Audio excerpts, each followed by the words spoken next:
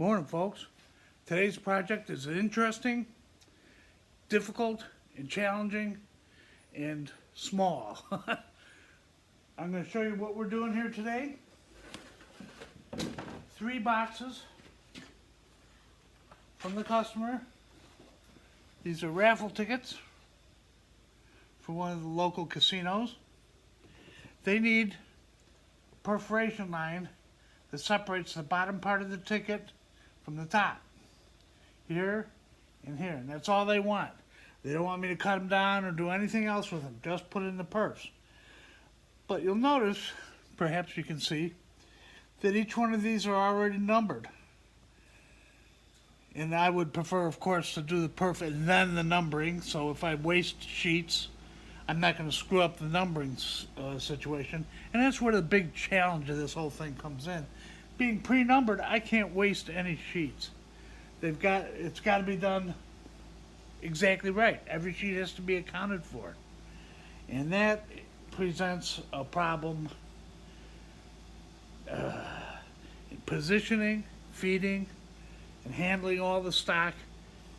The first thing I'm going to do is decide that all the paper goes back into the same box as it came from. There's for about 12 different locations. And here's a number of them here. And the other boxes also go somewhere else. Luckily, as far as I can tell, the position of these sheets is the same. So I'm going to be able to get away with one setup. I'm going to try to split that line that goes right down here, like that, in both places. But I must not get anything mixed up, don't get anything out of order, and try to be perfect.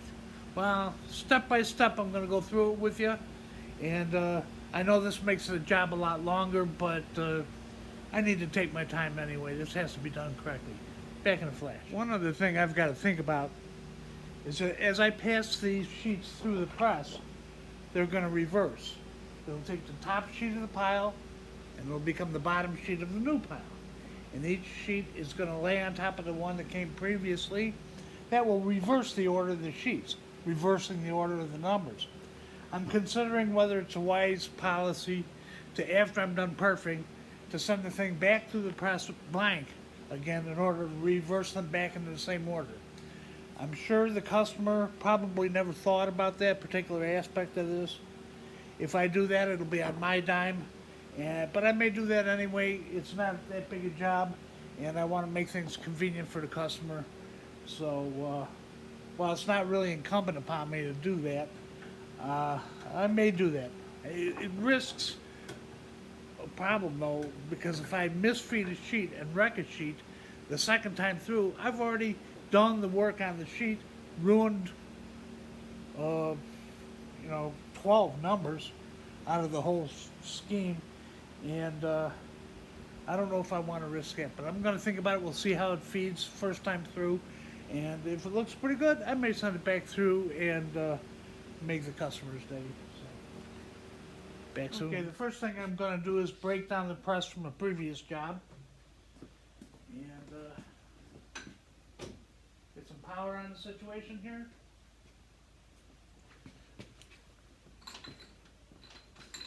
We'll start up at the top of the feed.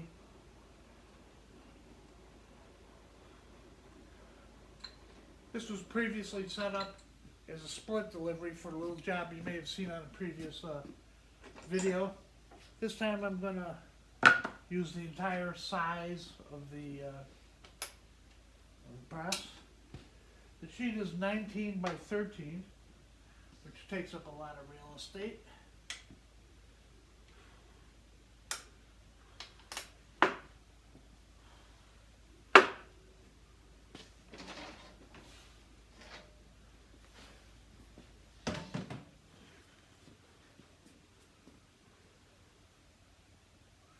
I'm just going to go about my business. I won't try to explain everything. This is the divider bar for the feed.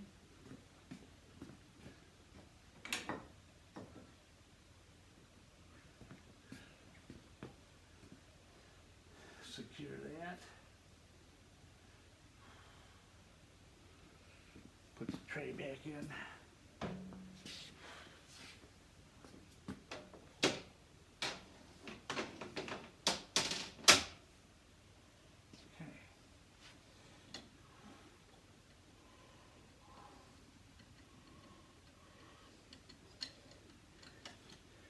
Divider for the delivery.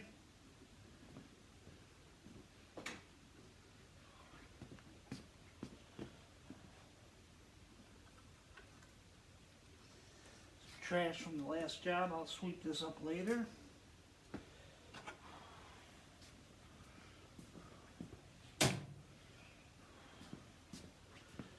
Okay, 13 inches.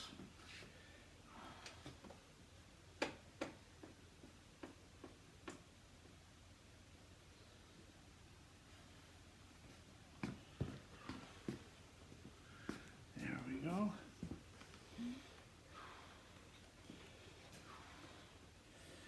I'm going to decide right now to use the tear-off tab as the lead edge. I'm going to go through that way through the press. So it will come out this way. About like that. Put some magnets in as sheet protectors here.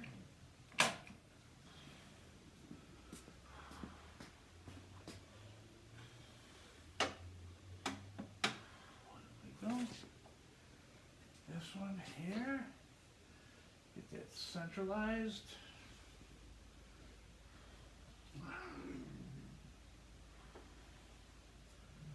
Hey, you guys, behave yourself.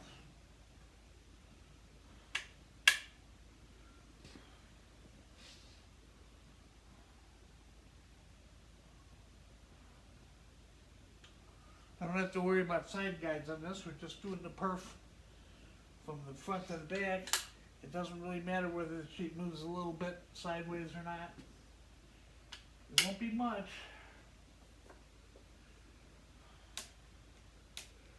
Open up enough socket feet.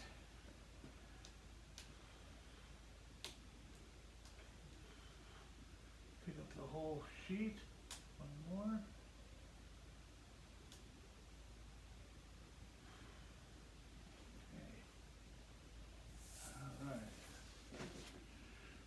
I'm going to load it up. Okay. We're loading the bottom of the pile first so we don't change the order of the sheets. Make sure that they remain in the proper order.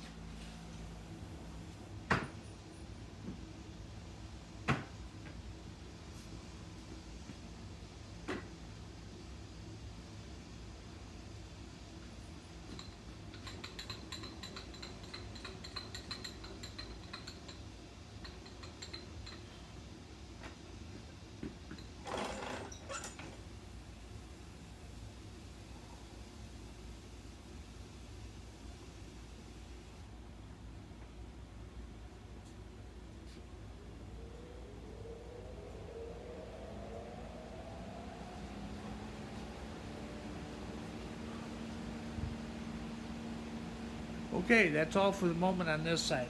Let's go over to the form side. Okay, let's take the old form out of the press. I always leave the form set up from the previous job until I know what my next job is. I wish I could count the number of times the customer will come and pick up a job and say, you know, I found another box of these sitting in the back of the truck. Here you go, do these too. And if I already have the press set up, it saves me a lot of trouble. I just put it on. Otherwise, I got to make ready again. And I like to avoid that. Doing things twice. So we're taking this one down.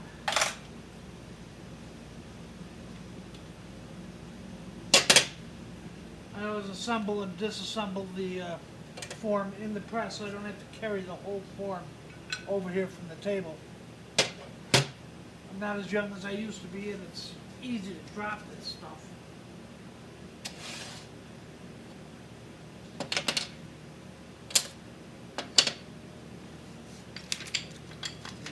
Contents. Packing out of there.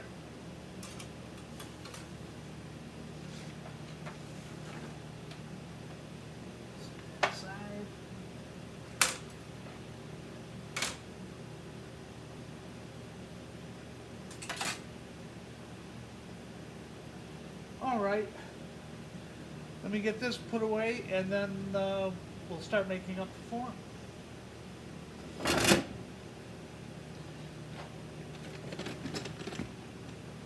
Okay, the next step is to find my perforals. I'm going to need 2 of them. They'll stretch long enough to make the whole 19 inches, plus a little bit for safety. So let's see, I've got perforal in here. Let's see.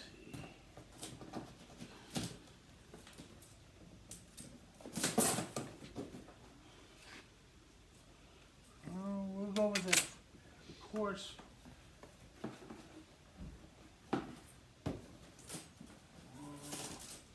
Tooth pad in here. Okay. As you can see, the little teeth are ground into the top. That's what's going to make our perf. Both of them are plenty long enough and should do the job. Okay, my next move is to locate where I want the perfs to go. I've got a couple of magnets here, which I'm going to place on the chase in the correct position. Remember, the tear off thing is the lead edge, so bring it down even and drop a magnet right where I want that perf to hit. About there. And the second one is right up here. We'll make fine adjustments in a little bit.